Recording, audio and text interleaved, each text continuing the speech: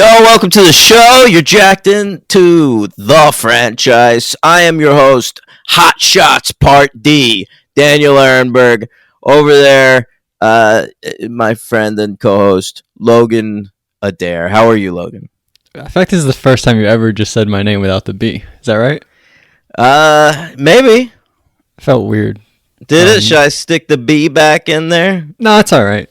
Let me say, if this is like the pinnacle of what you think spoof movies are, they never got it right.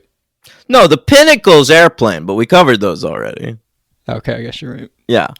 But, I don't know. These are better than any of those scary movies, I would say. Disagree.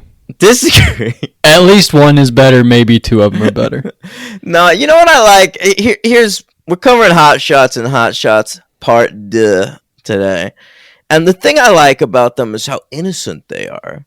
Like, I watched these as a kid, Logan. And that's probably why I like them so much, because it's nostalgia. But I also just think like a kid could watch these, whereas all the jokes in the Scary Movie franchise are about like cum.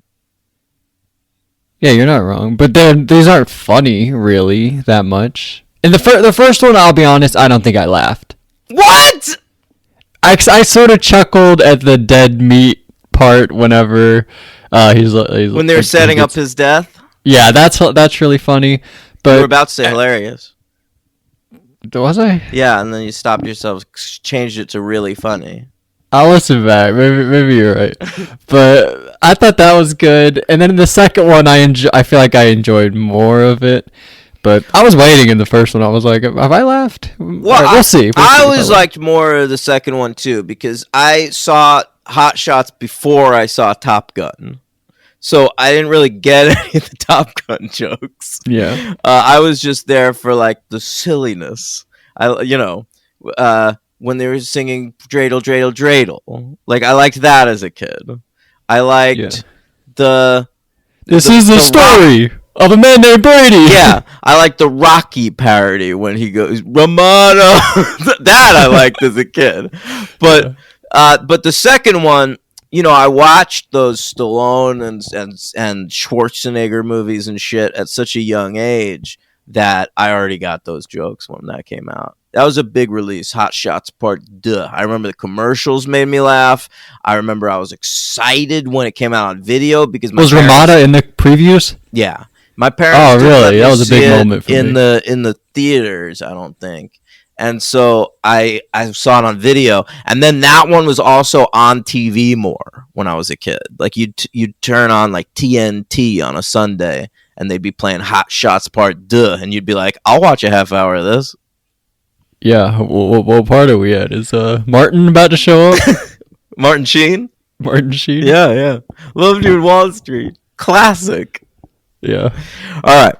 Did you know that they're both in Wall Street? I did, yes. Yeah, okay. Have you seen Wall Street?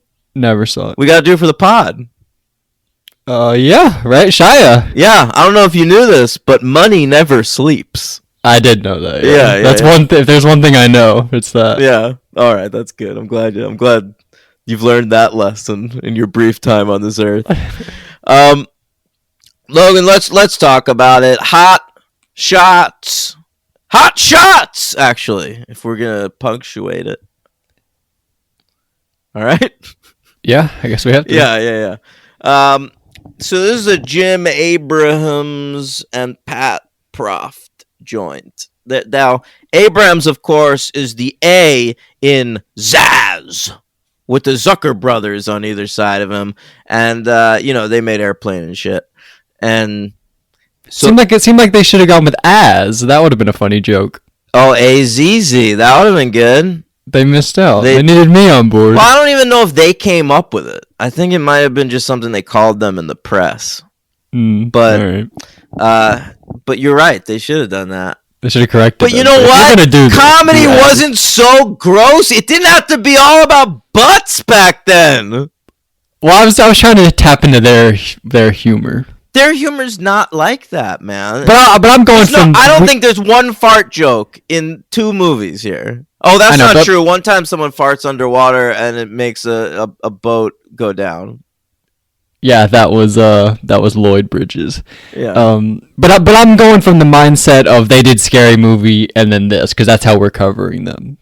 Right, but they did So Scary Movie in my mind, later. that's something And they didn't would even do Scary Movie. They did Scary Movies 3 and 4 and partly 5. You're right. Yeah. 2 of the better ones, 3 and 4. One of the better ones, 4. Well, 3 we had 3rd place. Yeah, I know, but the only watchable ones I agree are with 1 you. and 4. I agree with you. Yeah. Okay. 3's watchable, but it's not good. I hope I never have to watch it again. 2 and 5 aren't watchable. No. 5 is completely unwatchable. Yeah. Okay. So Jim Abrahams, after those 3 split up, he went off and he was like, I'm going to make a name for myself making like kind of cool, interesting movies. It was like David Zucker, he was just like spoof. That's all I know. I'm going to spoof it up. Jerry Zucker, he was like, I want to try to be a real filmmaker. I'm going to make a movie about a ghost and a lady making clay pots together. Okay? And Jim Abrahams was like, I want to make stuff a little weirder. I want to get into the indie world a little bit. So the first movie he did was Big Business. That was a big comedy with Bette Midler. All right?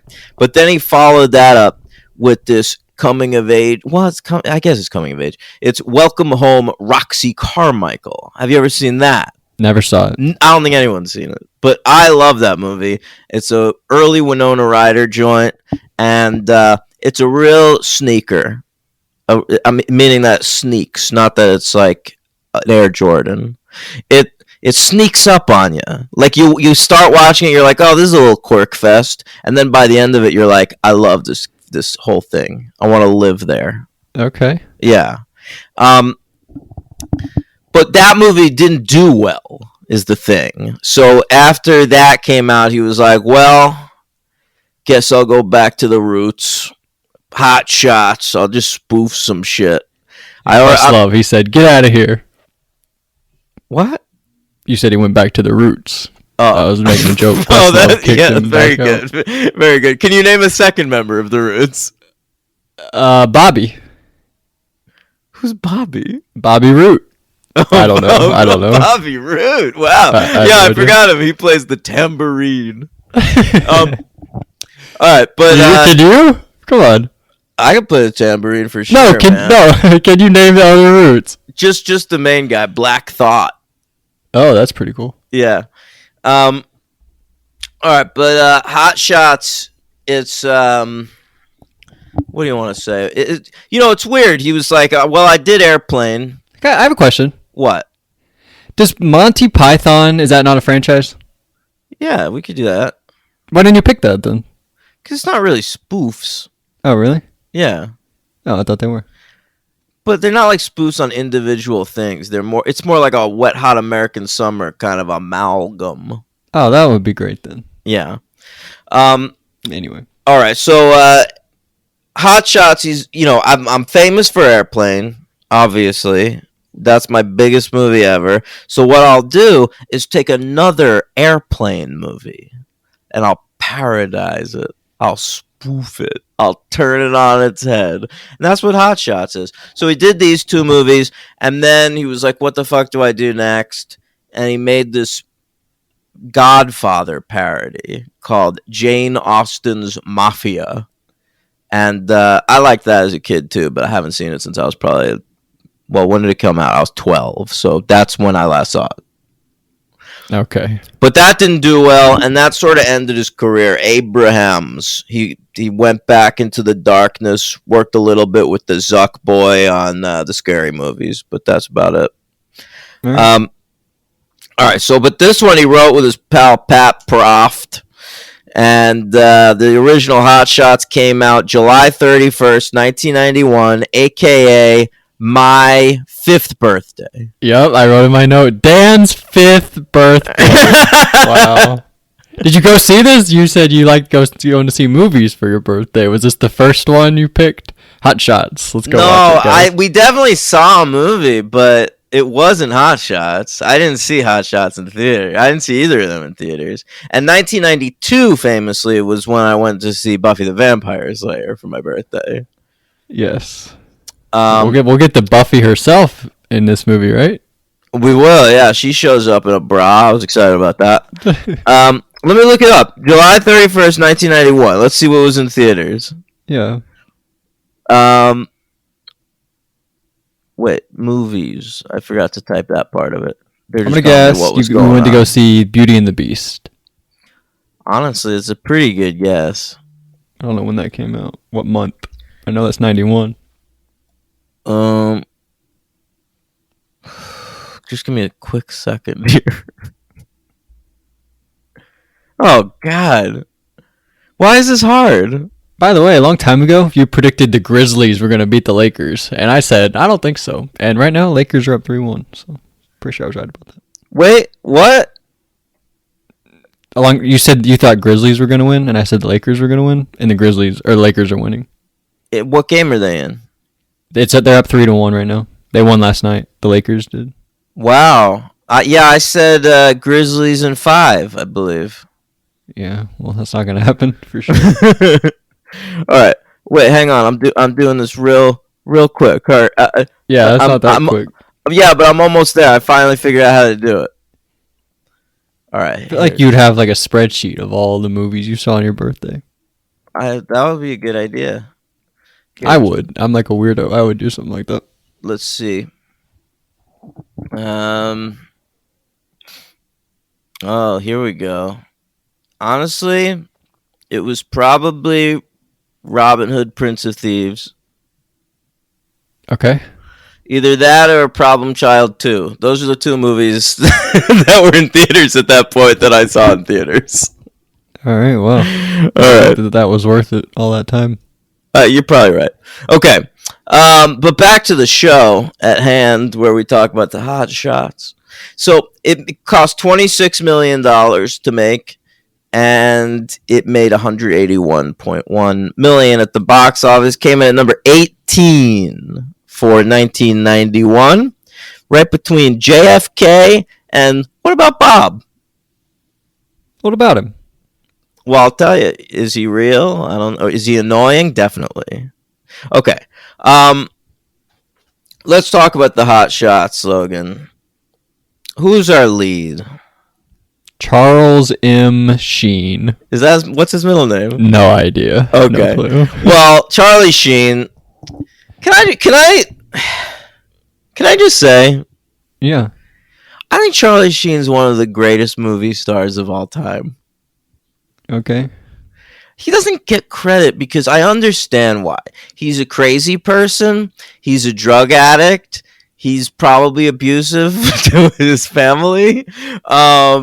He went insane. He made a sitcom that ran for like 12 seasons that was pretty bad. Can I tell you something about that sitcom? 3 of the main characters in this movie. I had no idea that John Cryer and Charlie Sheen were in a movie or prior to 2.5 Men. I would have seen this. Prior honestly. to 2.5 Men, even. What did I say? Prior. Let's just rhyme. What? I said crier to 2.5 Men. Oh, okay. I thought you corrected me. And I got No. I was just making a classic joke. But like, if I had known that when I was like 10 years old, 11 years old, or whatever, I would have seen this movie. But I never knew they were in a movie together. So that was pretty cool. But it also has Ryan Stiles, Logan. Yeah, he's in both of them.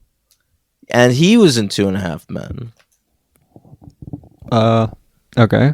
Don't you remember? Does he date the wife? I believe he marries John Cryer's ex-wife. Yeah, I didn't know that until you just brought her up. That's right. Ryan Stiles. From whose line is it anyway? Everybody's third favorite guy on that show. He was always kind of my favorite. Your favorite? I like him. All right. I was more a Colin Mockery guy, and then... Well, I liked him, though, because I watched every episode of the Drew Carey Show, and he was a regular on that. All right. I only know him from Whose Line. He had a little comedy team on that show with Diedrich Who's the Bader. bald fella? I actually liked him. Colin Mockery. That's the one I fucking just said. Oh, yeah. I think I like him the most. Well, but Wayne Brady too. Everyone loved Wayne Brady. Sure, but I think I like the other two more. Yeah. Okay. All right. So the movie. So what I was saying about Charlie Sheen though is like, think about it. He's handsome, but not threateningly handsome because he's kind of short and weird looking, and he's great at drama, as you could see. Is his brother more handsome? Can you let me finish a fucking thought? No, because I would have forgotten about that. Who's more handsome, him or his brother? Him. Okay. All right. All right, go ahead. He's great at drama. He's in Platoon. He can carry a movie that's gonna win Best Picture at the Oscars. He's great in Wall Street. Wall Street, absolutely. He's Bud Fox, I believe. Then you throw him in a comedy. He can fucking nail it. He's great in this. All right. You could throw him in like a silly action movie. Let's see what he does over there. Terminal Velocity, The Arrival. He fucking kicks ass. I mean, I just think like the tide turned and people didn't want to see him anymore. But to me, he should still be starring in movies to this day. Is he okay right now? I have no idea. Didn't he have like AIDS or something? Yeah, right. But I haven't heard about him in a long time. I think Since he had that other show after 2.5 Men. Oh, Anger Management. Right. I watched the first 20 some odd episodes of that. Yeah, I think I should watch the first one maybe. Yeah, it was on FX. Yeah, so I don't know where Sheen is these days. Hopefully. You know his real name, by the way? We brought up his middle name. What is his real name? Carlos Erwin Estevez. Yeah, that's another weird thing. It's like he came up in a time when Latin men hid their Latino-ness, pretended to be white guys. He had a brother with the last name Estevez, and he used his father's fucking actor name as his last name. That's wild. Like now, if Charlie Sheen was coming up, he'd be Carlos Estevez, and we'd love him. Oh, we would stand him. He'd be the hard. Pedro Pascal of this day. I don't know about that. Nobody's the Pedro Pascal. Hey, listen to me. You put a little kid in a post-apocalyptic landscape with Charlie Sheen. I don't think he'd be charming as hell. I don't know. Make it a boy. He's a little lascivious when it comes to girls. All right. But this movie, Hot Shots, let's get into it. It starts with the classic Top Gun opening. You hear the strains of that score. You see the sunset ship or whatever it is. And I enjoyed that. Aircraft carrier? Yeah, aircraft carrier. What are you going to do? Yeah. Okay. And then, you know what I liked on the aircraft carrier? I liked how they played football on the aircraft carrier. They did that scene on the aircraft carrier. That was kind of funny. Well, that's from the original. They don't play football on the aircraft carrier. They throw a football around on the aircraft carrier. No, but they did the beach scene from Top Gun. No, you're thinking of Top Gun Maverick. Oh, I am thinking of Top Gun Maverick. I'm thinking of Top Gun Maverick. Okay, you're right, but they ran plays. They ran football plays, and the guys fell off the aircraft carrier. I couldn't believe they didn't do a volleyball. Damn, how'd I mess that up? Yeah, volleyball. That's what they did in the first one. That's what I was thinking of. They play volleyball. How could they not rip on that? That's the silliest part of that whole movie. Like, listen to Jim Abrahams. He has so much confidence in his comedy. He's like, I'm going to do a parody of Top Gun. I'm not even going to fuck with the volleyball. Yeah. Well, same with the next one. We have a complaint they left out in the next one. But I guess we'll get there. What's the line you like? No, I'm coming to get you. Yeah, they didn't do that scene. Yeah. All right. You know what part I like from this opening, though? What? The hot dog? No, that was pretty bad. But so right after that, it goes to 20 years ago, right? And we see Charlie Sheen's dad flying around. And who's that? That's Bill Irwin, right? I don't know who that is. Well, that's the actor that's playing Charlie Sheen's dad. Okay, well, you asked me like I knew who that was. Well, he's an actor that people know. Okay, well, I didn't. All right. And he's flying around, and who's his partner? Styles, right? Oh yeah, I think you're right. I think it is Ryan Stiles. So they fly through some geese at one point, and they do a like a voiceover of the geese reacting to the plane going through them, and they're like, "Why I oughta," shit like that. That made me laugh, man. That was alright. Hey, I'm flying here. They could have done something like that. Yeah, they should have. That would have been good. That was okay. All right, so I enjoyed that. So there's a crash, whatever. And it comes to present day. We see the Sheen dog. He's a Native American living in a teepee because Dances with Wolves had just come out the previous year and was a really big hit. Yeah. So we're ripping on that. And I love this scene too because I've said it before on the show, Logan. As woke as the world gets, and I will follow along. I will wokeify myself to the gills. All right? I will never make any racist joke, homophobic joke. You'll never hear that from me. Ever. Me either. But there's one thing I will do. I will make fun of the natives until the day I die. I will never get woke there. To me, Native Americans, listen, I know we raped and pillaged their land. I know that we ruined their lives. It's horrible what the white man did to them. But aren't they silly? You have no reservations about making fun of them. That's a good joke, man. When it's like the old wise Indian fella, and he's just like, he's saying like names of towns and shit. What else was he saying? I don't know. I liked it when he was like, "Give me some batteries," and then he brought some batteries at the end. That's what I liked. Yeah, I forgot about that. That was a good line. That was cute. But he's sorry, at one point he just starts naming the Jackson family. Like you see like subtitles at the bottom of the screen saying what we're supposed to know he's saying in his native language. But if you listen to the native language, at one point he just starts listing. He goes Latoya, Tito, Jermaine. But isn't that in Scary Movie 4 with the guy when the Grudge is like Toyota, Nissan, Mitsubishi? Yeah, and I thought that was karate, funny. Taekwondo. But Logan, this came out 20 years before that. Well, I just saw Scary Movie 4, and I thought it was better than that one. Can you please think about things in order, have a chronology going in your brain? I just thought the other one was better. I thought that over time they made the joke work better. I disagree. I even think that in the next movie there's a racist joke that, like, remember when I pointed out that I liked that line in Scary Movie 4 where she's trying to get the Asian man to understand her, so instead of hello, she says hero? Mm-hmm. Well, I liked in this one, did you notice at one point you see the Laker girls in Thailand? Okay.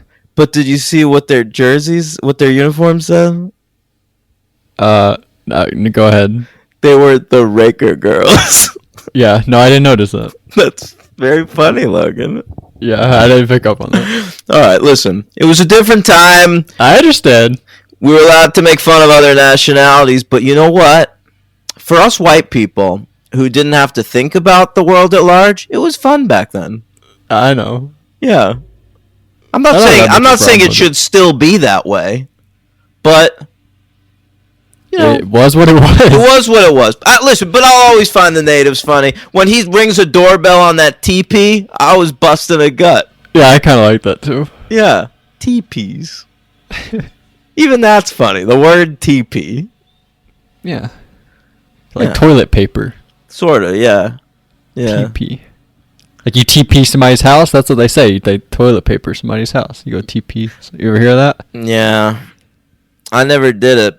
That happened to me sometimes. I had an older sister when like toilet papering was big, like when she was in high school. And so people would do that to her. They would toilet paper her house. And, well, I guess at my house. And so we would have to go fucking clean it up. It was terrible. Yeah, it was a big thing in my neighborhood around Halloween. There were a bunch of crazy youths that would go out, put shaving cream on themselves. Like, that was their costume. What? They just wear all black, and they just shaving cream each other. Okay. That's not a thing in the South? I don't think I've heard of that. All right. I did it one year, Logan, because I wanted to be part of the cool kids. So you're naked wearing shaving cream only? No, you're wearing like all black. You dress all in black. What about on your face? What's on your face? Maybe you bring a mask or something. Oh, so you're not wearing blackface? No blackface. But Okay.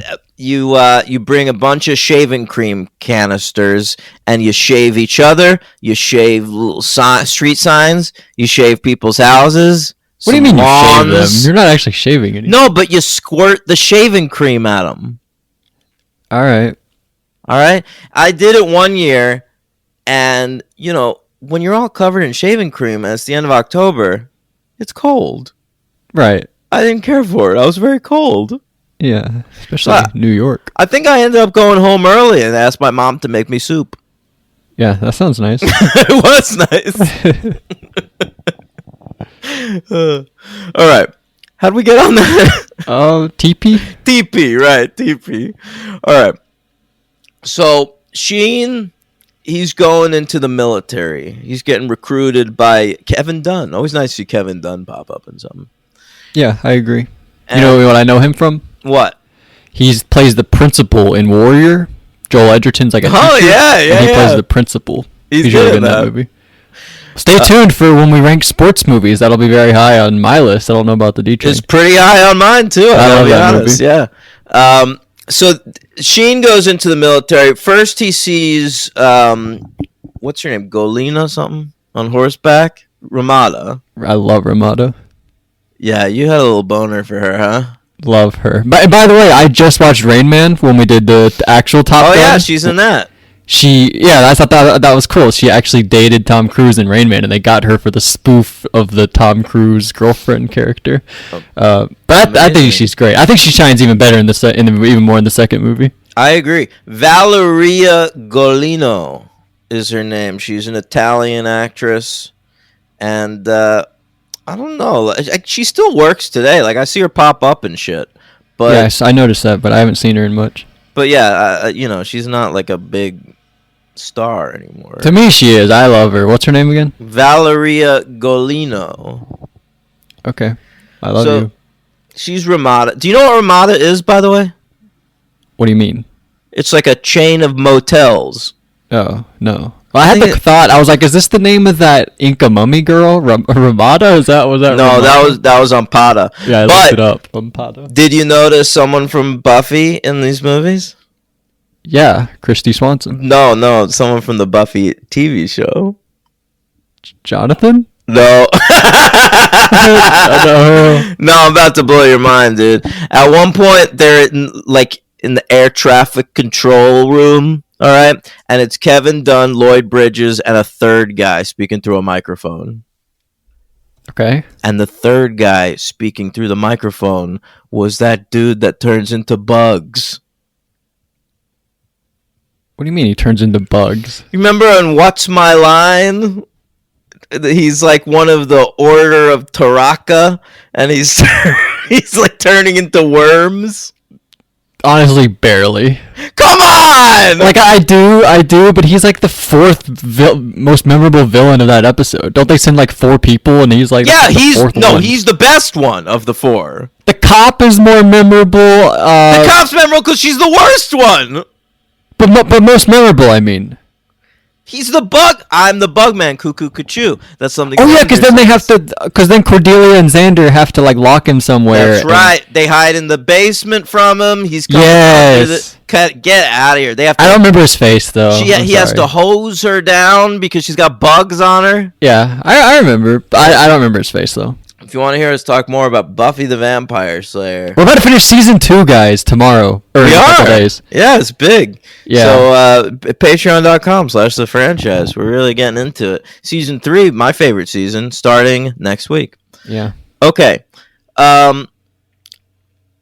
So yeah, obviously the best part of this for me was the drill team. Dreidel, Dreidel, Dreidel. I made you out of clay when they're marching. You didn't like the Brady Bunch? I liked that one. No, both of them. But I'm Jewish, so I popped for the Dreidel song. Oh, you're right. Yeah. I didn't care. So Carrie Elways from Saw cared about that.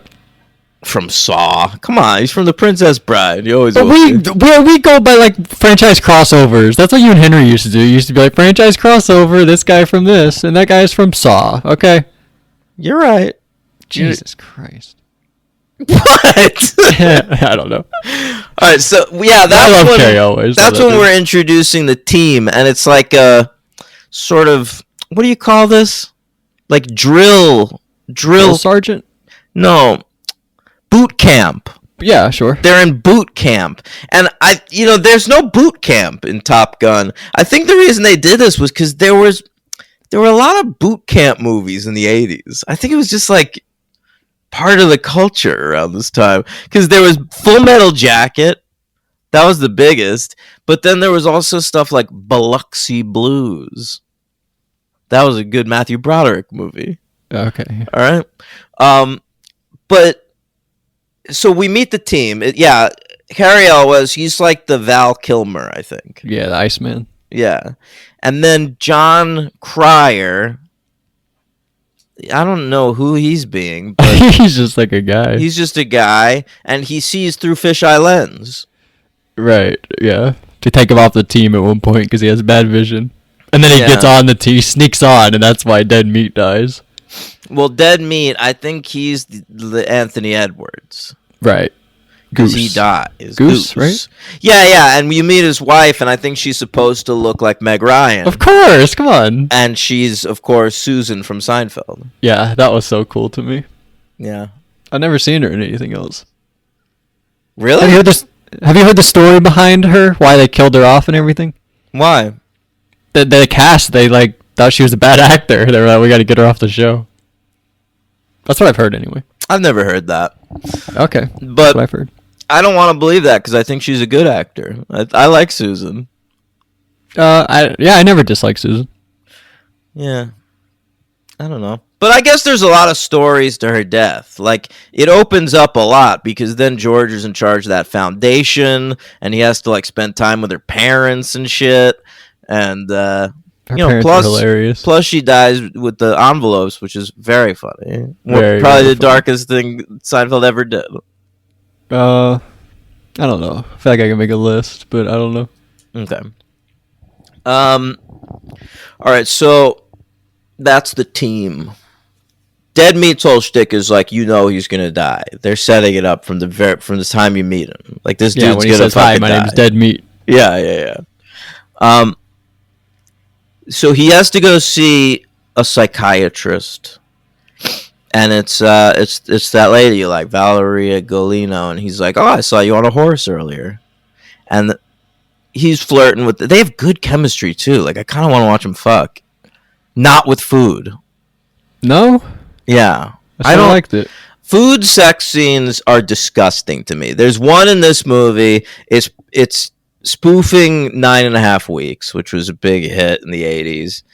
And, in that movie, they, like, fuck on the floor of the kitchen. They're, like, he's going through the fridge. They're, like, pouring food. They're disgusting by the end of that scene. And they do it in this movie, too. And he just sort of cooks breakfast on her chest. And more her tummy. Her tummy, sure. I found it less gross. Like, and that's the difference. See, spoof movies now, he'd be like putting spaghetti on there. They'd be coming on the spaghetti. It'd be disgusting, Logan. Yeah, I didn't think about that stuff. Things were just less gross back then. I mean, probably grosser in real life, like behind the scenes. People, like politicians doing gross shit. I don't know. Politicians are still gross. Everything's gross. This world's disgusting, Logan. You're not helping anything. You're one of the grossest people I know. What are you talking about? What do you mean? I'm clean comedy, baby. Okay. Good, clean comedy. All right, but my favorite part of this was when they're on the elevator, Logan, and he's looking into her eyes. He's talking about what beautiful eyes she has. Really, you like this? He goes, "That is the whitest white part of the eye I've ever seen." That's not funny. the floss. I thought you liked the part where he said, "Do you floss your eye?" I thought that you liked No, that no. I just like the idea that he's gazing into her eyes, and he doesn't discuss like what beautiful color or how deep her eye. It's the white part. It's very white. Yeah, it's alright. That's funny, man. Yeah, it's hard for me to like get enthusiastic about this. About what? Hot Shots? About the little jokes that you love. I didn't really love them that much. I like Dead Meat. Aside from that, I really wasn't that on board. All right, well, let's just fucking get through this thing. No, what else do you got? What do you like? Well, they go to the. Oh, I liked one part, but keep going. They go to the bar, and it's in the. Of course, in Top Gun, famously, Tom Cruise serenades the bar with "Old Time Rock and Roll," the worst song ever written, and. Isn't that Risky Business? Is it? What does he do in Top Gun? He sings. It's a different song, maybe. You're thinking of Risky Business. Yeah, I'm connecting two Tom Cruise movies. That's the risky. What is he singing? Who cares? Keep going. But anyway, in this one, Golino, she performs the song. Okay, she goes over to the piano, which is open. And she sits she like hangs by her legs on top of the piano wearing this red dress singing. And I never would have gotten this, Logan, except a few weeks ago I watched the movie that this is spoofing. Yeah, what's that? The Fabulous Baker Boys. Wow. Remember I told you I watched that? It's the Bridges brothers. And they are... Wow, what a connection. Yeah. They're singers, like bar singers, and in that movie they hire a singer to sing with them because they're just piano players, and they hire Michelle Pfeiffer, and she's wearing this exact dress in one scene and singing on a piano being played by Jeff Bridges, and it's sexy. It's the sexiest scene in the movie, and that's what they're doing here. They're doing a spoof on the Fabulous Baker Boys. Yeah, and Charlie Sheen's on the piano. I thought he should have made a spoof jingle like what he does in 2.5 Men. He makes jingles. I thought he should have made a little jingle. Well, he's a jingler for the first part, and then he becomes a children's performer. Do you remember that? Vaguely. Charlie, I think his name is Charlie Pancakes or something. Yeah, I vaguely do remember that. All right. By the way, Tom Cruise sings "Lost That Lovin' Feelin'." Yeah, that's right. How much 2.5 Men did you watch? All of it, even into the Kutcher stuff. Yeah, I did too. Why? I think I gave up eventually. It's such a bad show. I don't think it was ever good. Well, I saw it. And yet I watched every episode for I loved the mom. I loved the ex-wife. I loved Angus T. Jones. Who loves the ex-wife? I liked her. We'd see her once every 4 episodes, and I enjoyed her. She'd pick up, what's his face? Angus T. The half man? What's his name? You mean on the show? Yeah. He's Charlie. He's Alan. And he's Ezra. What the fuck? Ezra? I don't know. Ezra. I'm about to look it up. Well, please do. Oh, Jake. Yeah, I found it. Holy shit, when you look up 2.5 Men, number 1, Build John Cryer, 2, Ashton Kutcher, Angus T. Jones, then Berta, Conchata Farrell, then Charlie Sheen. What did we just see Conchata Farrell? Oh, that was Buffy too. That was Buffy, yeah. Yeah. Well, it's because it goes by... Oh, wait, that doesn't count. I was going to say it goes by how many episodes they were in, but Kutcher was definitely not in more episodes than Charlie Sheen. I would think not. No. Right. Charlie Sheen was on like 9. No, Charlie 10. Sheen 178, Kutcher 84. Yeah, so why Sheen is it doubled listed him. that way? I don't know, that's very weird. Maybe Kutcher pays for it. They're virtue signaling. I don't IMDb. understand why Ashton Kutcher's IMDb photo is still him as Steve Jobs. Yeah, that's weird. That movie didn't even do well. It's not even the fondly remembered Steve Jobs movie. Yeah. You know who has my favorite IMDb photo? Look up Alexander Skarsgård. His is a good one. Really? He was good on that Succession this week. Oh, he's great. I love how he showed up. He was just wearing a raincoat with the hood on, and you're like, why does this douchebag just like have the hood on continuously? Yeah, what his is house? this picture? It's good, He's right? Wearing a suit, but no pants. Can you request what your photo is? Yeah, you can. You can. You can go through your agent. There's a lot of things you can do now. Like they used to have like a format, but now like it's kind of more up to the actors, and it's because they like sued IMDb, like the Screen Actors Guild or something, because they used to force them to put their age on the IMDb page, and now they can take it off because if they don't want people to know how old they are. Yeah, I remember when that changed. I hate that because that used to be where I would go to find people's ages. Now you sort of have to Google it or do the math in your head. Sometimes you can't even do the math. Like they don't put the birth date on there.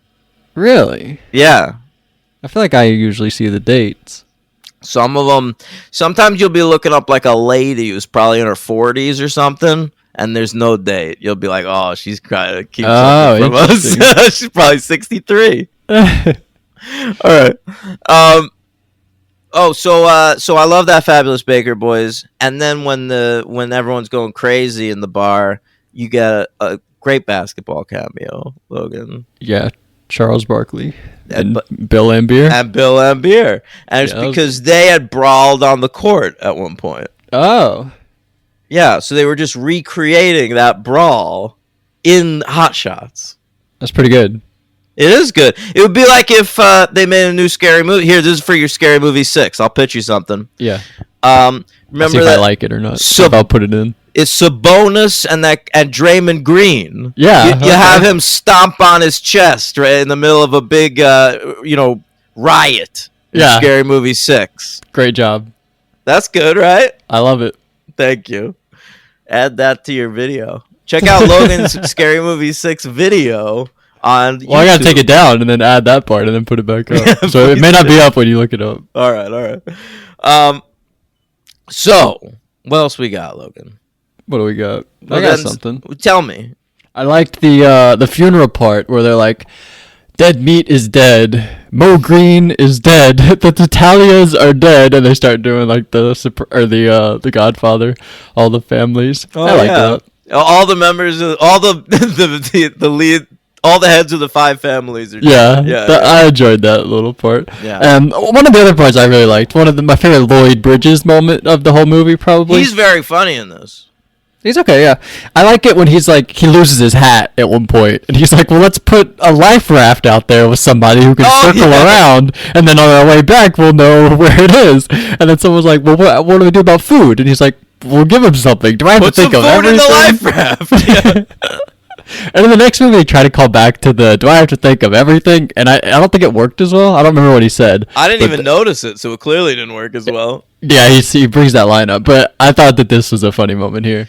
This was a thing we were doing around this time. Do we still do this? Because, like Lloyd Bridges and Leslie Nielsen were both like old-timey actors, and they were like, if we put them in a comedy and we just have them act kind of the same as they did when they were old-timey serious guys, it would be funny. And it was. It really worked. I actually read that the Lloyd Bridges part in this was offered to Leslie Nielsen, but he had just done Naked Gun 2.5 and he needed a spoof break. But did you say those are not spoofs? No, those are spoofs. They're just not. They're just spoofs on random police shit. There's no specific target like these. You know. I can't remember the last time we've done this. No, if that was your question, do we still do this? Yeah. Who would you do it with now? Michael Douglas. Michael Douglas. You know what happened? You know why? Because the problem is that old guys back then let themselves get old. And now they don't. Like, Michael Douglas is still making Marvel movies and shit. Like, what has to happen is, like, an old actor, like, goes away for a few years, becomes an old man, and then someone digs him up out of obscurity and throws him in something. But that never happens anymore because there's no obscurity anymore. Robert Duvall? He's dead, isn't he? Robert Duvall is dead? I thought so. Robert Duvall. I don't think so. It would have to say he's dead. He's not dead? So that might according be to this. One. According to this. Oh, he was in Hustle. Oh, he played like a manager or something at one point. Yeah. Or like they talked to him. So he's still there. He was in Widows 5 years ago. Well, that I remember. Yeah, that was the last thing I can remember seeing him in. I think he'd be good. He'd probably be good. I fucking love Robert Duvall. He's great, yeah. He's still alive, yeah. I don't know. Maybe less famous than Robert Duvall. Gang, get to us in the comments about this. I'd be curious to hear your picks for our next great spoof performer. Yeah. All right. So near the end, they're thinking about their lives together. They play "Only You," the classic song "Only You," and we get some great parodies. Rocky and Superman. How about the Superman parody where the bird lands on his finger and he can't get it off? That's all right. All right. And then, I don't know. At one point, you see just a clip of Bush saying, "Read my lips, no new taxes." I like that. Okay. All right. All right, whatever. And so it ends. He goes back to the Native American reservation. Oh, you know what else I liked? During the big fight at the end, you know, they all have call signs, like the pilots, and all the foreign call signs, like for the random foreign territory that they're fighting, they were just like Middle Eastern foods. All right, I'm glad you enjoyed One that. of them was hummus, and one was baba ganoush. Casablanca gets referenced in both of these. Did you notice that? No. In this one, they're like, this is going to be the end of a beautiful friendship, and then he kills them all. They all crash. And then in the next one, they're like, of all the jungles, of all the missions in all the jungles, you had to walk into mine. So, there you go. Casablanca. Big hit. I mean, it was only 40 years ago back then. 40 years ago now is like fucking Raging Bull. I don't even think so. Isn't that crazy? Is that true? Yeah. Well, it's more like 50 years ago. It was 1991. All right, so it's more like Godfather. Wait, what's the timeline again? 40 years ago? All right, so Casablanca came out in 41. This came out in 91. And for us, okay, so here in 2023, 50 years ago would be like Godfather 2. Right. All right. And we still talk about that movie. Yeah, absolutely. Yeah. All right. Did you like because in Top Gun, it's like a whole thing where he throws out Goose's dog tags. In this one, he has like his dad's eyeballs, and he throws those in the ocean. Do you like that? I liked that it was a callback because there's this kind of a dumb joke earlier where he says he has his dad's eyeballs, and then I liked the moment where you get to see them in that little thing. Yeah, that was okay. That was all right. Yeah. Okay. L-Dog. Yeah. Did you stay through the credits? What happened? Maybe. There are fun credit jokes. Like what? They give you little fun facts, and they joke. I don't remember. At the end, I don't know if I watched it. There's like a pop quiz at the end, like, "Hey, who was the assistant camera director?" No, I did not stay for that part. That was making me laugh. I was loving those credit jokes. They did a I think at one point they said the word scramble, the movie word scramble was T2. Okay. Yeah. All right, whatever. What do you give this movie? I don't know. I don't want to give it a 1, but I didn't really like it. I didn't laugh. I sort of like Dead Meat. Is that enough? I like that John Cryer and Charlie Sheen were in something a long time ago. I like Ramada, but she's not as good as in the second one. Do you like when they would go to New York? They fly jets and they go to New York. They're like down in New York at one point. Was that Okay. in New York?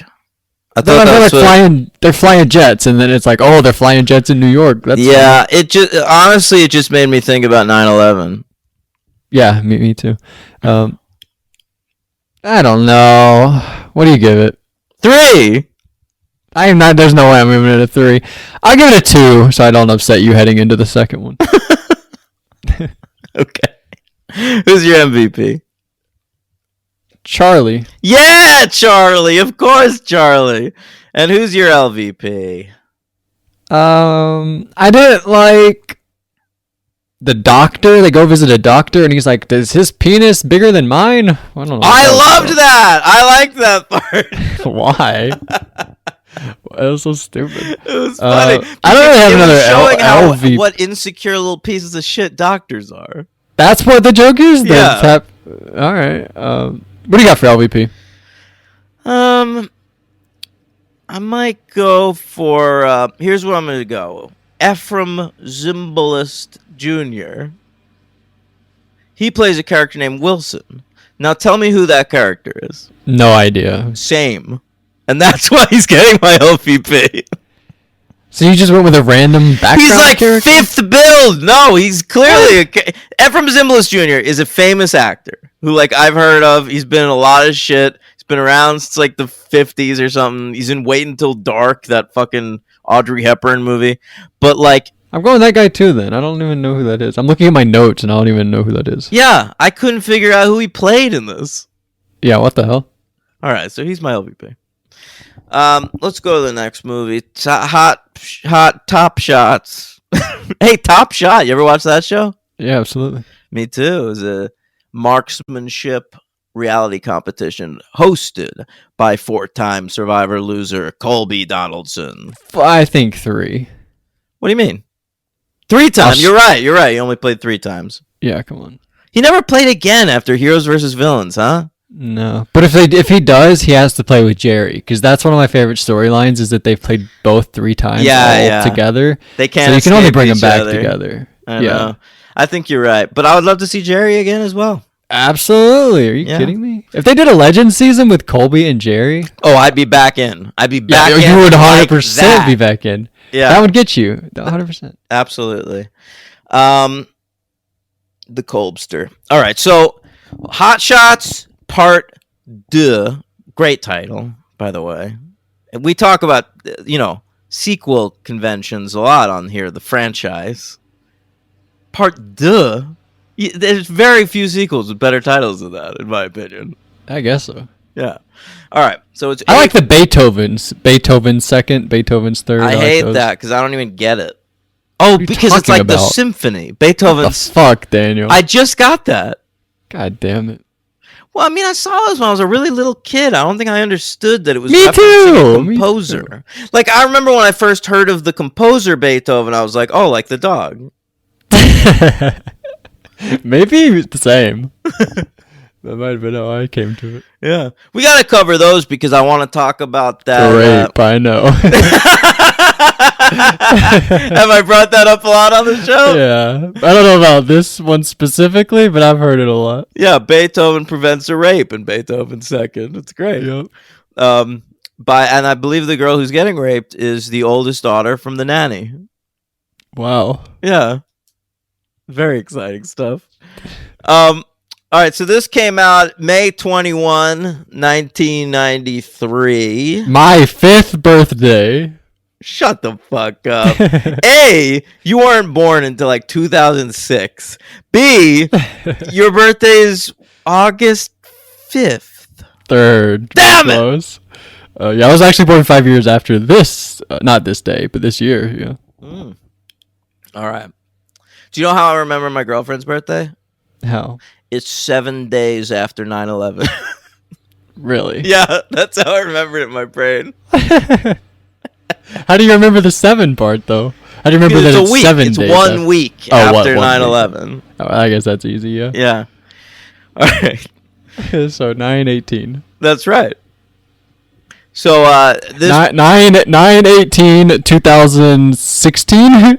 hey, how dare you? No, she's old. She's in her 30s. I'm kidding. Yeah. I'm kidding. All right. So this movie cost 25 million to make, and it ended up going 133.8. Another hit. Made less than the hit. first one though. That's kind of how things went back then though. Sequels didn't make as much as the first one. Now sequels make more than the first one because people discover the first one. Unless you're Ant-Man 3. That's and the then you third crash and one though. burn. I think the second one made more than the first. So it's not called a sequel if it's the third one? So yeah, that's a threequel. Okay. Yeah. All right. It came in at number 41 at the American box office between What's Love Got to Do with It, the Tina Turner biopic, and Brian De Palma's Carlito's Way. If you want to hear Al Pacino doing one of his classic accents. All right. Okay. Yeah. That's all I got. These movies were not nominated for any awards, Logan, unfortunately. They should have been. Academy Awards. Yeah. BAFTAs. Like which ones? At Well- least Best Picture. The first one was a big hit in England. You know what I read?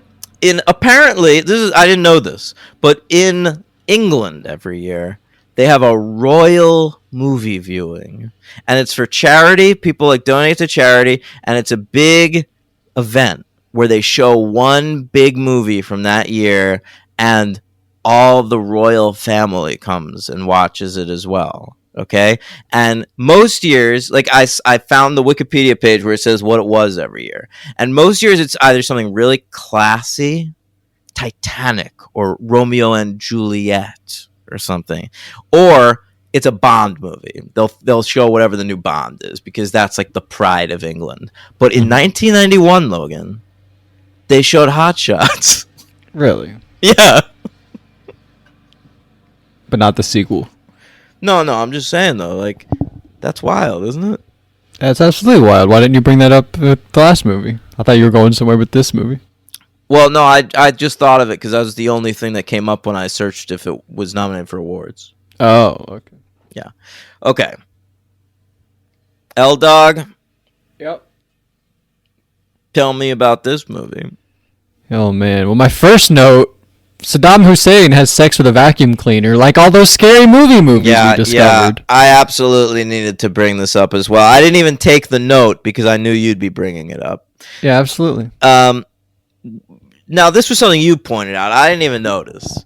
But you were like, in like 3 or 4 of these scary movies, they're either showing someone with their dick in a vacuum cleaner or referencing them putting their dick in a vacuum cleaner. Doofy in the first one. What else? Those The Alien, the War of the Worlds Alien. The War of the Worlds Alien, yeah. There's so much vacuum dick. And so I'm sitting there thinking, like, I love these hot shots. They're much more clean and wholesome than the new spoofs. But then this one opens with Saddam Hussein just sticking his dick in a fucking dustbuster. Yeah. I guess it was like a smaller vacuum cleaner. It was a dustbuster. That's what those were called. Yeah, right. Yeah. We had that exact one. It was like a Black & Decker model. Did you get it because of this movie? No, it was just every household in America in the 80s had that. Right. Yeah. All right, so but it opens first on that scroll and then it's like misspelling a word and shit. Yeah, that was all right. That was okay. It kind of I wondered whether there's a similar joke in Spaceballs because they for sure had to deal with a scroll. Oh, I think you may be right. I just remember the scroll in that one, like, I think someone at one point goes like, watch out for those letters when they're flying a spaceship. Yeah, that's pretty good. Yeah. All right. So here's something that was wild. Saddam Hussein, he's watching Arsenio Hall. Now, What's so wild about that? I'm just saying, like, how long did Arsenio Hall last? Like 3 years or something? But it was like so huge. It was such a part of the American culture. Bill Clinton played saxophone on Arsenio Hall. Whoop, whoop, whoop, whoop. That was something everybody did, including Saddam Hussein in this movie. So where did it go? Like that, how did People that fall show? off. But how did that show not last like 30 years? Jay Leno gets to be on the air for fucking 30 years, and Arsenio only got like 3? I can't tell you. Did he have personal issues? I don't think so. I don't know. What the fuck is going on with that? Anyway, I left this movie just thinking about that a lot. All right. L-Dog, Yeah. there's a presidential race in this movie. Lloyd Bridges Barely. is now the president, and he's running against Greg's dad from Dharma and Greg. Every time he shows up in a movie, I gotta say that. And he has shown up in way more movies than I would have ever expected. But meanwhile, Sheen, he's in Thailand doing bare knuckle boxing. This is a lot more, I think, closely hewed to a movie. Like the first one's Top Gun, like that's the basic bones of it. But there's a lot of very specific Rambo 2 stuff in this one. Mm-hmm. What's that? What, the fucking lawnmower out there? yeah, that is what I'm hearing. Yeah, it's been pissing me off the whole episode. All right. So they go to recruit Sheen, and he looks like Stallone in this movie. He's got the big mullet and the red thing, the bandana. He ties around his eyes at first. That's Yep, pretty funny. very good. And when they go to recruit, and it's Richard Crenna, by the way, from Rambo. Yeah, that was wild. Yeah, I read that he asked Stallone for permission to be in this. Really? Yeah, Did do he that was- back then? He was like, Sylvester, is it okay if we rip on your stuff? And Sylvester was like, hey, I like that first one. Go ahead. Yeah, that's good.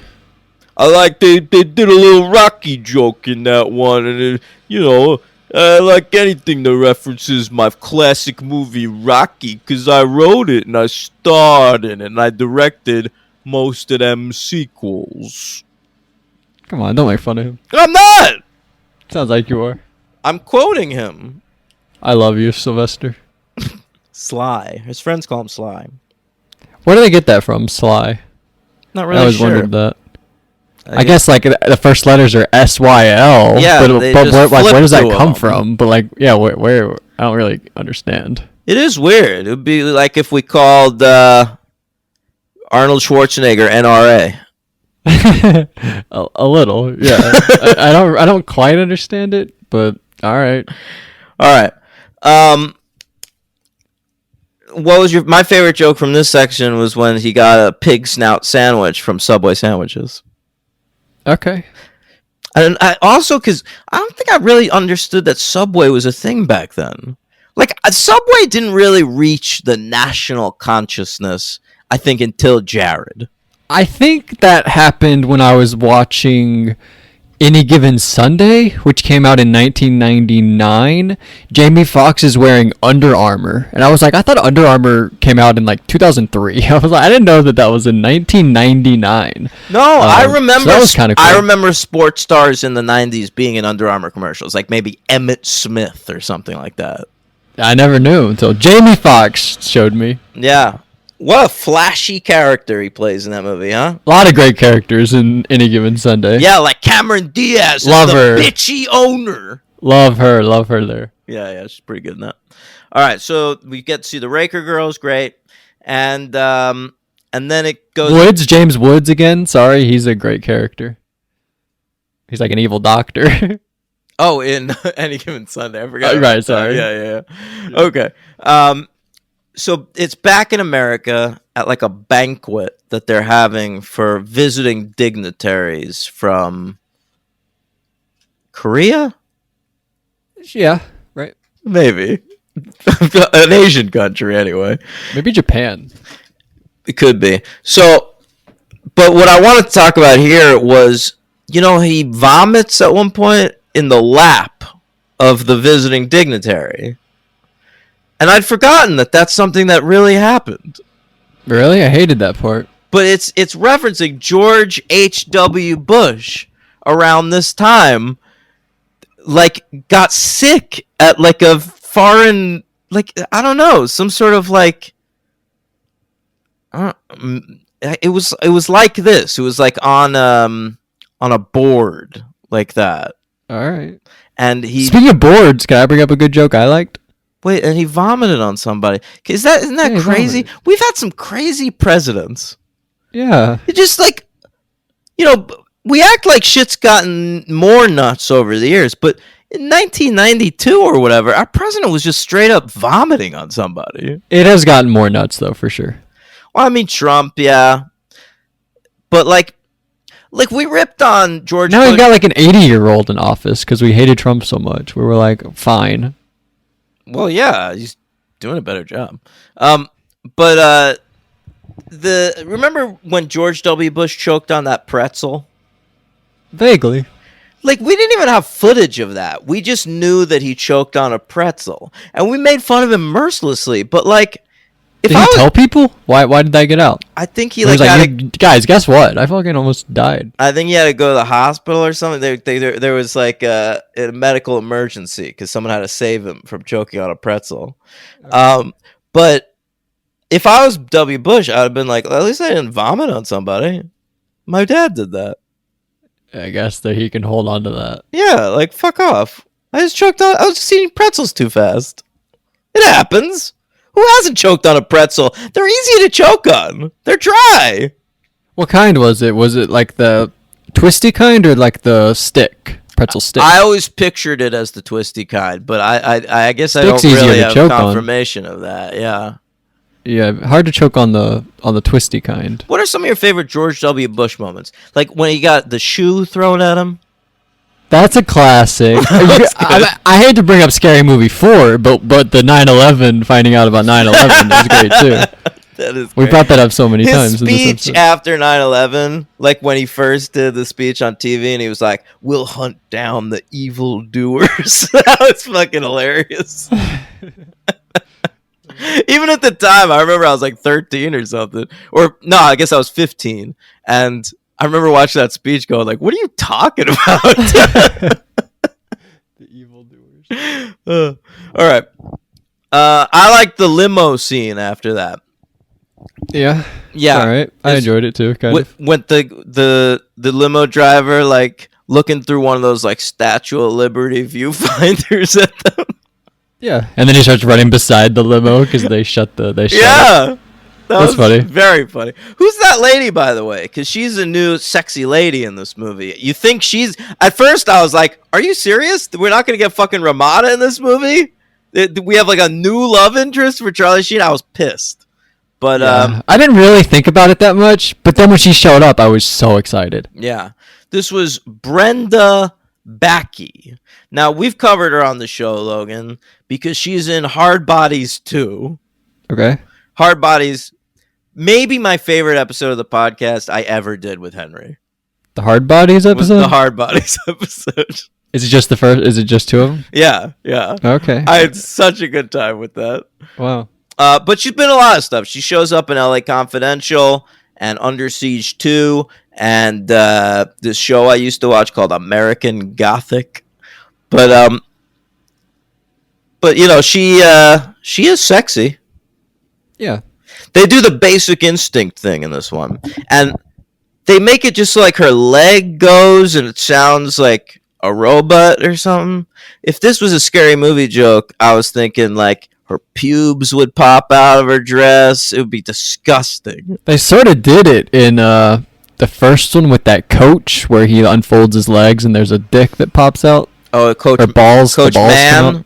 You Miss Man, yeah. Miss Man, yeah. Yeah. But I also liked when she's fucking him back at the hotel and it's Diving board? What? I like the diving board. Oh, that's funny. Yeah. That's funny. But it's making like a squeaky sound, and you think it's her because of that Basic Instinct joke from earlier. But then she she pulls something out, and you think it's going to be an ice pick. They're doing like the exactly Basic Instinct when she's grabbing the ice pick from under the covers so she can stab him. But it's not. It's a screwdriver, and she tightens one of the screws in the bed so that it's not squeaky anymore. Yeah, it's pretty good. That's a good joke. Yeah, I liked it too. All right.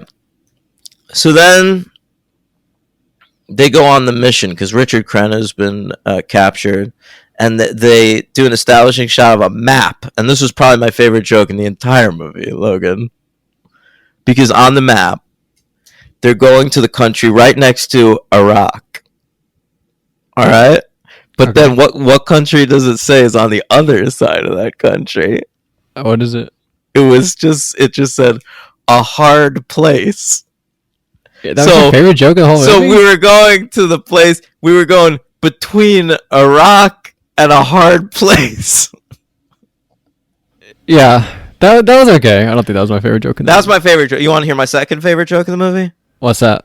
When they're jumping out of the plane, and the first two guys go, Geronimo! Geronimo! And then a Native American pops out, jumps out of the plane, and he goes, me! Yeah, that was all right. I think my favorite was just the Apocalypse Now, the Martin Sheen cameo. That's just so funny. Yeah, they converge on the water there. Yeah, it's always just nice to see Martin Sheen. And it's nice to think about Charlie Sheen having parents who love him. Yeah, that's nice. Because sometimes his life makes me sad to think about. No, but he's got that to hold on to. But I guess it shouldn't, right? Didn't he date like Brie Olson or something? Brie Olson? Yeah, right. Yes, he did. Classic porn star Brie Olson. Yeah, absolutely, he did. I had so much Brie Olson downloaded on my LimeWire. Don't even worry about it. Yeah, I bet. Yeah, her She was a big great one. Naughty America appearances. All right, what else you want to talk about?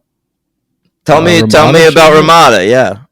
Well, she's fucking incredible. I love her so much. And I was worried the whole time because obviously the big thing in First Blood 2 is that woman dies, right? There's that great moment where she just gets shot up a whole bunch and she dies.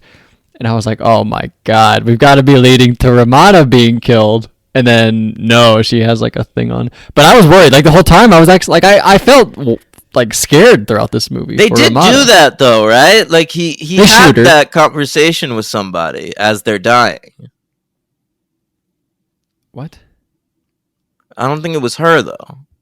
Oh, you might be right. But she does get shot at one point, but then she gets saved. Yeah. You know what blew my mind? At one point she says, he goes, you look, and she goes, like Gabriella Sabatini. I get that a lot. Yeah, I thought that was her name, but that's not. That her. was a famous tennis player from back in the day, and I vaguely remembered her, so I obviously Googled her, and she looks just like her. Yeah, I had to look it up, and I sort of thought They really nailed it. And I also read that Gabriella Sabatini dated Donald Trump for 1 month when he was on a break with Marla Maples. Oh my God. Yeah. Okay. All right. And Ramada's married to Bean, Mr. Bean. Oh, and right, yeah. That was exciting too. I guess so. I didn't like that much. I didn't like it either. I kind of think Bean's the LVP of the movie. Yep, that's what I had. Yeah, that character's annoying. Like, I understand it's supposed to be annoying, but it's annoying and not funny. Yeah, and I don't like that Ramada married this guy. I like Ramada less a little. Yeah, but she does like want him to die at the end, so that makes up for it a little bit. Yeah, it does. When But yeah, LVP, Mr. Bean. Yeah. There was one scene where they do an American Gladiators chorus. I was excited about that because I used to fucking love American Gladiators, dude. And I immediately recognized Zap. I had to look up who the other one was. It was Siren. But Zap, I was like, oh, that's Zap. I know Zap. I would know her anyway. I would know Laser. I would know Turbo. I would know Gemini. He was the one black guy. All right? Okay. Yeah. And then remember when they redid American Gladiators in like the 2000s? Yeah, of course. I watched every episode of that too. You're a nut job. I love American Gladiators. American Gladiators is one of these shows. It never should have. It should be like Jeopardy. It should have just stayed on the air for 50 years, and I would have kept watching it. All right. What else do we got? I like the one part where Charlie fights Saddam Hussein, and he fights him with a phone antenna, and then he gets a call from Saddam's wife, and he's like, no, tell her I'm not here, tell her I'm not here, and he covers for him, and he's like, oh, thank you so much, and they sort of like have a nice moment. I like that. I like when Lloyd Bridges and Saddam Hussein are having a sword fight, and you see the silhouette of the sword fight on the wall, and then the actors just walk by the screen. Is that when they turn into lightsabers? Right after that, I think, is when they turn into lightsabers. Yeah. I feel like Lloyd Bridges is barely in this one, right? Well, a lot of the time he's like trying to get there. They do a joke based on a TV show Lloyd Bridges was in the 60s. He used to be on this show called Sea Hunt, and it was about scuba divers solving mysteries. All right? Oh yeah, he's scuba diving in this one, and right? so he's scuba diving, and they're playing the theme from Sea Hunt in the background. Okay, I like that. Yeah. So that was for our ridiculously old viewers in the audience that would know that. I had to look it up. I was like, this is clearly a reference to something. What the fuck? And that's what I found. That's cool. Yeah. All right. What else do you want to talk about? What else do I got? I like do you like the kill count? They have like a kill counter, and it's like more than RoboCop, more than I think Total Recall. Yeah. You know? The one thing that annoyed me about that was they made RoboCop 2 words, and I was like, no, it's one word. I agree. I noticed that also. That was crazy to me. At first, I was like, are they trying to like not get copyrighted or something? Oh. But then when they showed Total Recall, they showed it was the exact right title. So, but maybe that can be just two. That can be just two random words. Total Recall. RoboCop is clearly ripping off RoboCop. That's true. Maybe that's why. I don't know. I still didn't like it. I thought the exact same thing. Yeah. And then I was like, why do they only have Paul Verhoeven movies on here? Why didn't they have Commando? That's like a big kill count movie, probably. I guess because it was older. RoboCop and Total Recall and T2, those were still in the zeitgeist. What's Commando? 86? 85, I think. Commando's 85? Something like that. Yeah, you might be right. I think Cobra was 86. Yeah. All right, that's pretty good. I like this one joke where what's Charlie's name? Topper. Topper says to Ramada, he's like, I can't wait to meet your parents and pet your dog. And she's like, my parents are dead. My dog ate them. Yeah, that made me laugh too. Funny. That's a good joke. Yeah. All right. Basically, I'm out of the notes, man. It's hard talking about these because it's just like, this was funny, this wasn't funny, this was funny. Well, that's why I set us on some fun little side notes, like what was your favorite George W. Bush moment? Did you ever watch American Gladiators? That's what I add to the show, Logan. Yeah, and I add Ramada is good. Yeah, maybe you should work on that, Logan. I'm sorry. It's hard for me to get enthused about these. I didn't really like these, and I was excited. You were. I felt like the spoofs I wanted was the scary movies, and you were like, these are my picks. This is like real spoofs, and then I didn't really like. Well, it was like 3 weeks of fucking scary movie. I was like, can I have 1 week of movies that I'll have fond memories of? Yeah, but I feel like we ended on a high with 4, kind of. We ended on a low with 5. Yeah, I know, but I think I liked 4 more than both of these. Get out of here. Yeah, sorry. Top Shot. I'm gonna rank them 2-1. Why do you keep calling it Top Shot? Oh, I said that again. Yeah. Maybe because it's Top Gun, Hot Shots. Top Gun. Yeah. You're right. But you rank them 2-1. Yeah, I rank them 2-1. Me too. All right. Yeah. Who's your MVP in this one? Ramada. Hard Ramada. She's so good. You are hard for Ramada. I was. I will. I gave it a 2. Did we do that? I will once again go Charlie Sheen, and I will be giving this a 3 as well. Okay. And who's your LVP? Oh, Bean. We're gonna go with Bean. Yep, Bean LVP. This will upset our friend Tim. Sorry, Tim. I'm never watching Man vs. Bee. Logan. Oh, do you like this part where she's like, Charlie Sheen, this is in both the movies. He's like, you've got to be joking. And she's like, no, if I was joking, I would say an elephant walks into a bar. And she does that in both the movies. Yeah. That's sort of funny. Yeah. And he goes, oh, you're not joking. It's very serious. You're not joking. Yeah. Oh, you're not joking. What are we doing next week, Logan? Well, you do it. I've never really seen these. How many of them are there? 8. Are you sure? According to Evil Chris, there are 8. We're doing this because Evil Chris won fantasy basketball. Evil Chris, season. Longtime listener, top 5 in my opinion, and the other 4 know who they are. He won our fantasy basketball league. Famously, Logan came in second place and I came in third place. And not far apart at all, pretty much the same. And so we let him choose what he wanted to do, and thankfully he chose what we were going to do already in October. And so we're just pushing it up a few months, and that is George Romero's Blank of the Dead franchise. Okay, and there are a lot of weird offshoots to this franchise where they made like remakes and sequels to sequels and stuff, but we're only doing the official ones. Okay, the official franchise, meaning Night of the Living Dead, Dawn of the Dead, Day of the Dead, Land of the Dead, Diary of the Dead, and Survival of the Dead. And we'll also do the Night of the Living Dead remake by Greg Nicotero, I think, and then the Dawn of the Dead remake by our old friend Zachy Boy. Maybe we'll get a Zach appearance. Maybe we'll interview him for the pod. Who? What are you talking about? Zack Snyder. Oh. What about Shaun of the Dead? Patreon Shaun of the Dead episode? Sure. All right, that'll be fun. Okay. So next week, commentary, Shaun of the Dead commentary. That would be good. Yeah. So next week we'll be talking about the first 2. Night of the Living Dead from whatever year that was in the 60s, the black and white one. I'm coming to get you, Barbara. That's 68. The line everybody knows. 68, all right. And then Dawn of the Dead, which I want to say is 10 years later, 78.